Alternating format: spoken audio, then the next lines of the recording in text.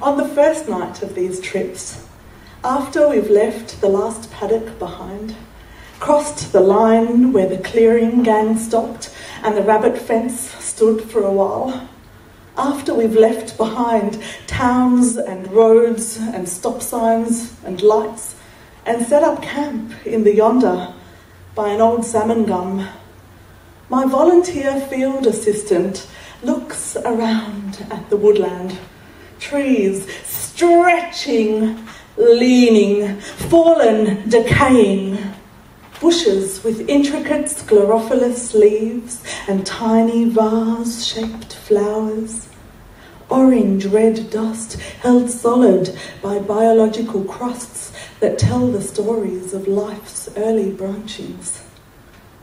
She looks around and asks me, "Where are we?" As if we hadn't spent all afternoon navigating bush tracks with maps and satellites. As if she didn't have our coordinates, latitude and longitude recorded to 5 decimal places in the GPS in her pocket.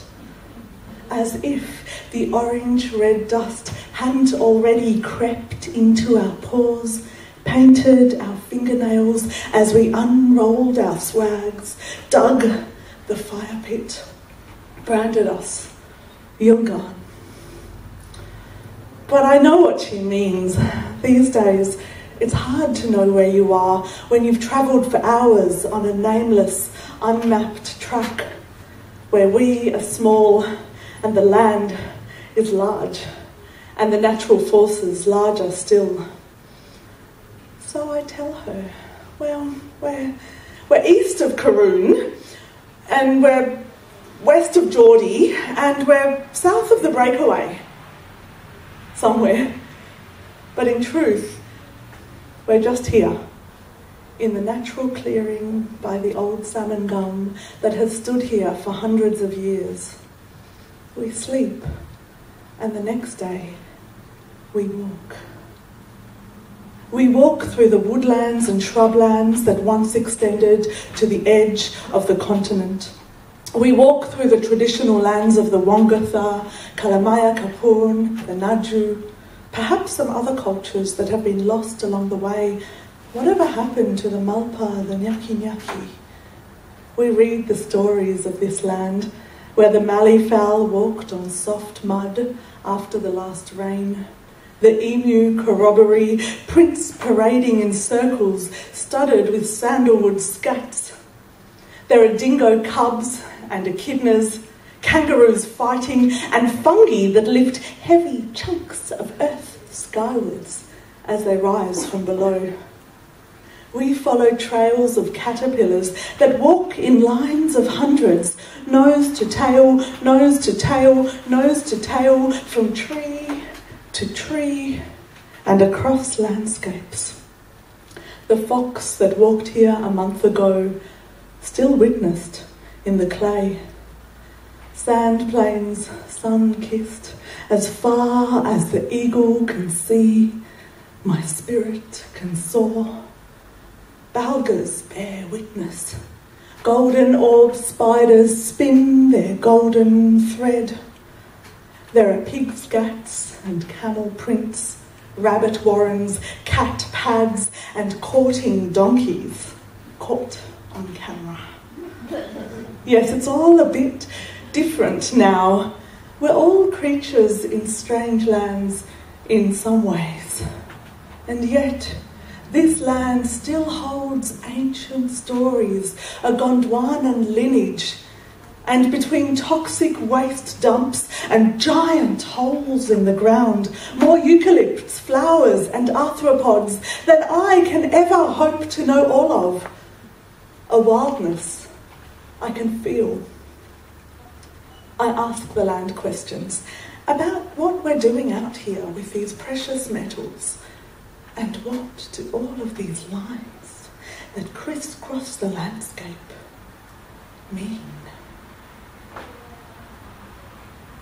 By the time we reach Bungalbin, we've already forgotten what a hill looks like, A range seems impossible in this oh so subtle topography, but the earth reaching skyward is unmistakable.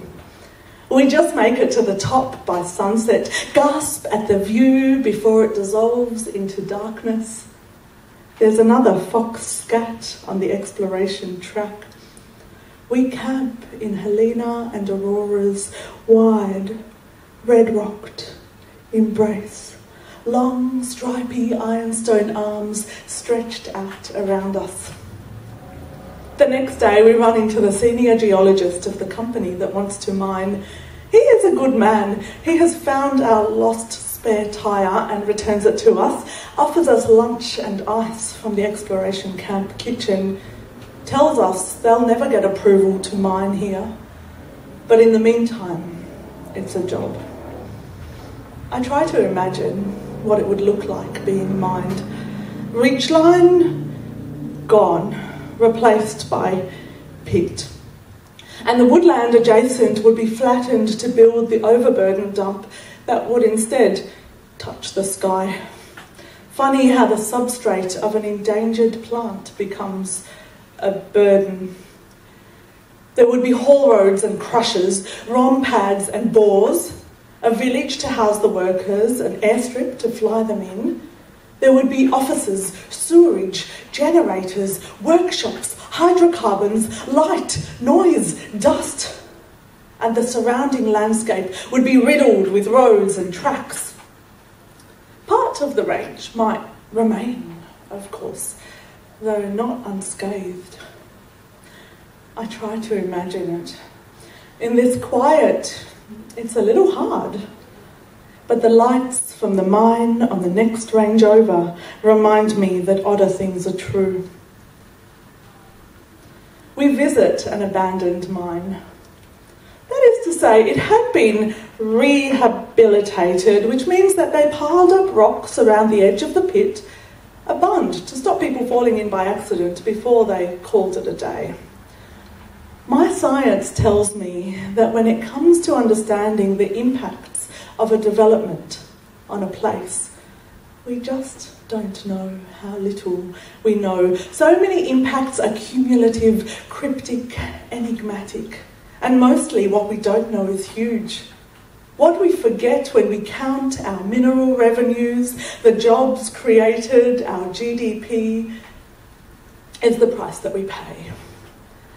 But I don't need my science to tell me that while we've loved iron since the Iron Age and gold since long before, mining is not the only thing that nourishes our lives. And the balance is fast to strike. And when the price is too high,